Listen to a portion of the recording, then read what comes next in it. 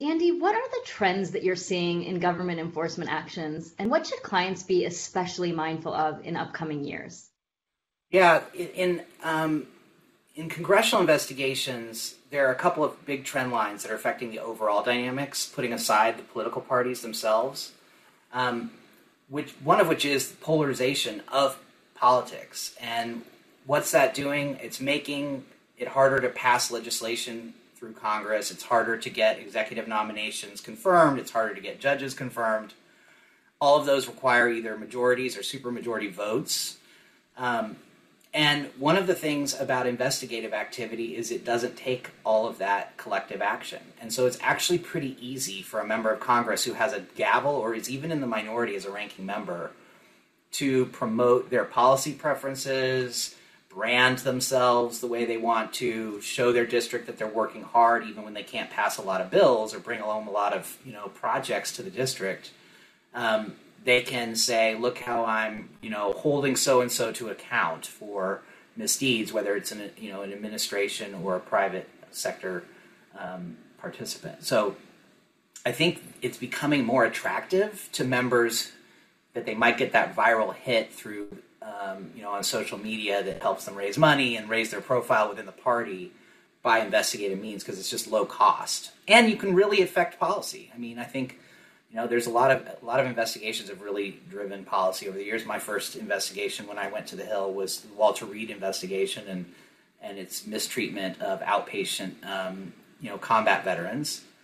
And, that got better because of the oversight work that was done without a whole bunch of legislation being passed. So I think that's it's becoming a more attractive option to investigate when you can't have a harder time legislating. Second, when Democrats are in charge, they tend to be more private sector facing. That's been traditionally true for quite some time. The Republicans have tended to focus on, government waste, fraud, and abuse to sort of push the narratives about wanting to have a slimmer government and less regulation. And Democrats have tended to be focused on what they see as excessive behavior by companies and private sector actors.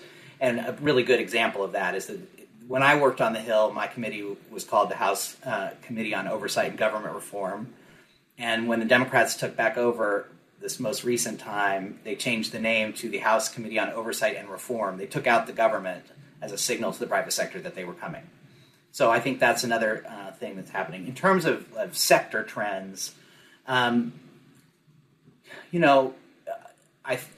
there's traditional big ticket investigations are happening. It starts with the pandemic right now. That's just on everyone's mind. It's altered our way of life for the last year plus. And so pandemic response is a huge focus. And that's not just the public health response, but it's also the relief and all of the money that's gone out through loan programs and other pandemic relief. Lenders have gotten scrutiny. Recipients of loans have gotten scrutiny. Government contracts for the provision of therapeutics and vaccines are under scrutiny, and I think that's going to be going for a long time. In financial services, there's a lot of activity in diversity and inclusion, and whether or not there's access to capital by all sectors of our society.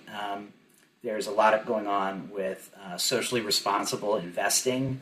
There is other access and market volatility issues related to private offices. So we're seeing a lot of work going on in financial services.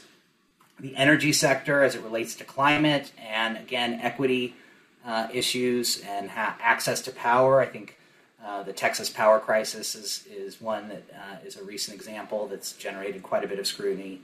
And then I would say government contracts is always a favorite, and that can have bipartisan appeal.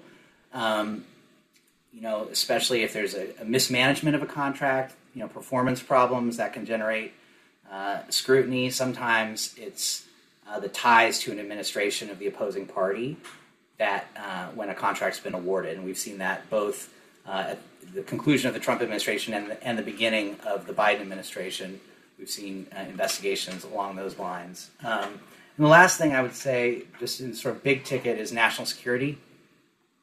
Supply chain issues and Chinese influence in the supply chain, Chinese influence in research, federally funded research grants at universities, et cetera.